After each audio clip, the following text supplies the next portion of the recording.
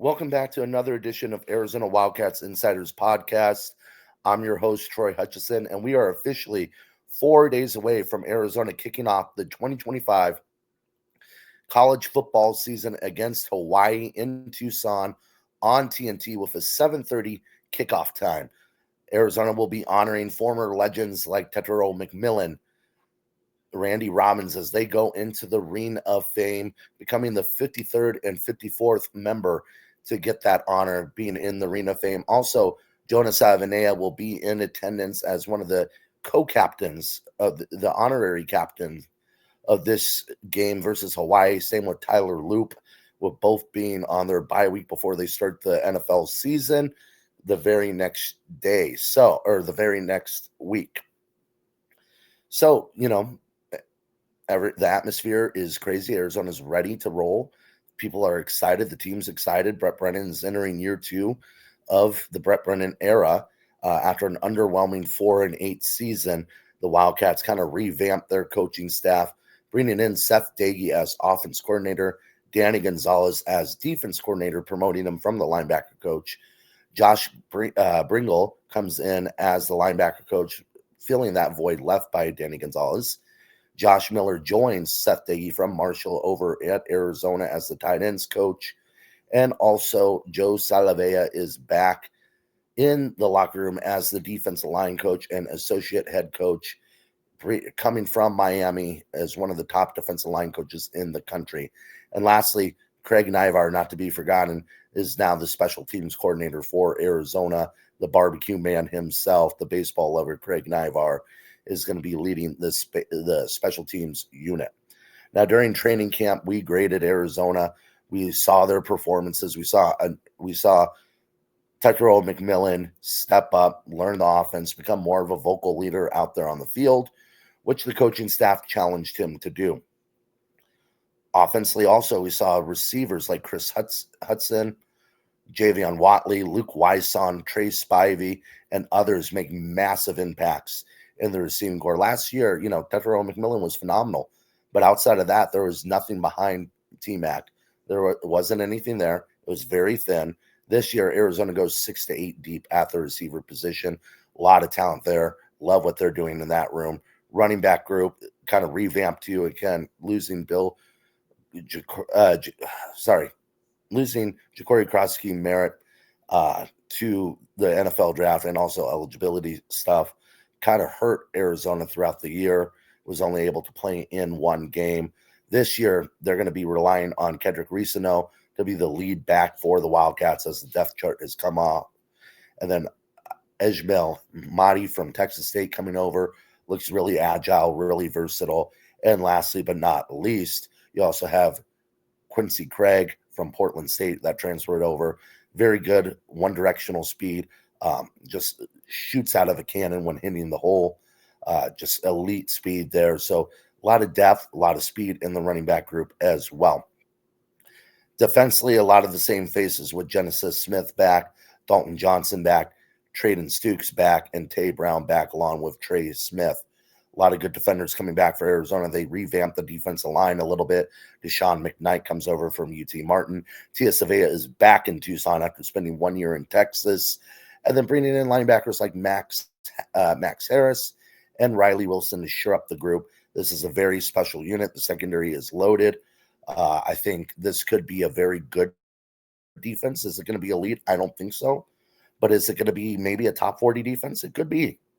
I really believe in the system that Danny Gonzalez will be running. It's going to be a lot of different motion, a lot of different shifts, and a lot of different stunts. It's going to be fun to watch. I think he's going to get after the quarterback, and I think you're going to see an exciting brand of defensive football for Arizona. But the reason we're doing this podcast today is doing the season prediction for Arizona. Again, not a lot of love for the Wildcats this year. Well, you're not going to get a lot of love. They weren't ranked in any polls, nor should they have been. Players were left off the list for preseason all conference lists. I think Genesis was snubbed, but I get it. And the Big 12 didn't do a media poll, but if it were to do it, I think Arizona would be near the bottom half. Do I think they're going to be in that 14-16 range? No. I don't. No, I think this team did a good job of adding talent. I love the changes on the coaching staff. I think Arizona's going to finish higher, possibly a top 10 finish in the Big 12 with 16 teams, which means a bowl game. So let's get to it. Off the bat, Arizona plays Hawaii this upcoming Saturday. I have that as a win for Arizona. Then they'll host Weber State the following Saturday. That's another win. I think they're going to show not a lot in that game in terms of the playbook, but they're going to put that game away early and really get after them and be able to play the backups, and it's a blowout win. And then at home against number 17 as of right now, they lost their opening game, but AP poll hasn't changed until the end of week 1. Number 17 Kansas State comes to Tucson on a Friday night. Last year, that kind of felt like the game that kind of changed Arizona's season. I know they went on to beat Utah, but it kind of left a bad taste in everybody's mouth as Arizona lost 31-7 after trailing 14-7 at the half, and they just never seemed to get out of that funk. Well, Arizona Wildcat fans, it's in Tucson. It's a Friday night. I didn't love what I saw from Kansas State. I got Arizona winning that game, upsetting Kansas State. So going 3-0 in non-conference sets up Arizona perfectly for a bowl game. Then they're on the road at Iowa State. That's a tough game. I think it'll be close, but going to Ames, Iowa, that atmosphere, it's a good atmosphere out there in Ames, Iowa. They're well coached with Matt Campbell, one of the better coaches in the Big 12, probably top 5 in the Big 12. I think Iowa State gets the W. Arizona takes their first loss of the season. You come home, play Oklahoma State, and these aren't the same old Cowboys.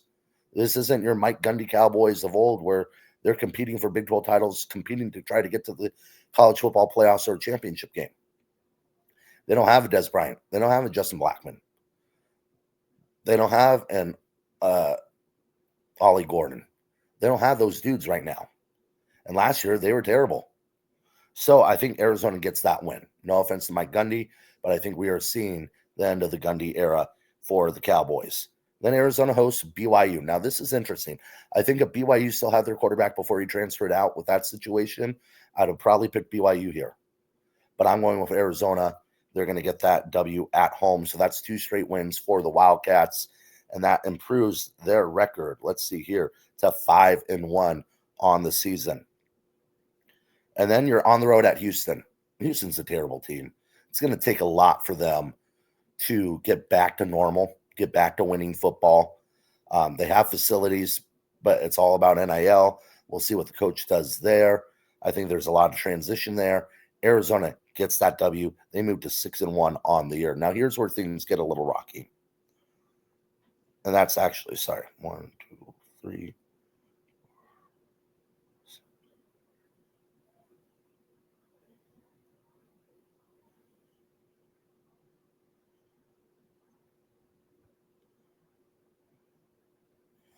Here's where things get a little rocky for the Wildcats.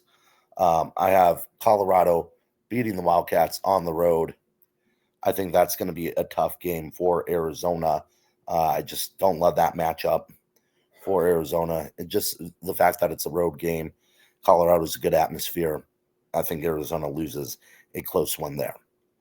Then I have them coming back home, beating Kansas. So that goes to 7-2. 7-2. Arizona looks pretty good. They might be ranked by then.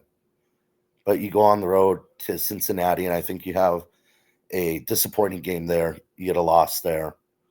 Then you finish out the year at Baylor and Arizona State. I think that's back-to-back losses. Arizona finishes 7-5 on the year. But they go to a bowl game. They get 4 conference wins, go to a bowl game.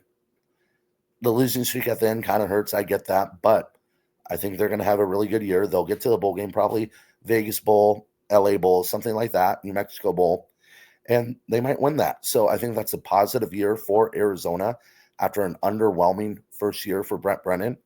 And this Wildcat team could even surprise some people, maybe get that one at Cincinnati and come away with a 8-4 record. But I think this team is more talented than what people give them credit for. And we'll find out as the season rolls along and just see how good this Arizona Wildcat team can be. And, there's still a lot of question marks. Offensive line, who's going to be the pass rusher outside of Trey Smith? But we'll see those answered as the year goes on. I think by game 3, we're going to figure out what this team's all about when they host Kansas State. So we'll have more coverage next time, and we'll get you all set up for the game against Hawaii, as the Wildcats continue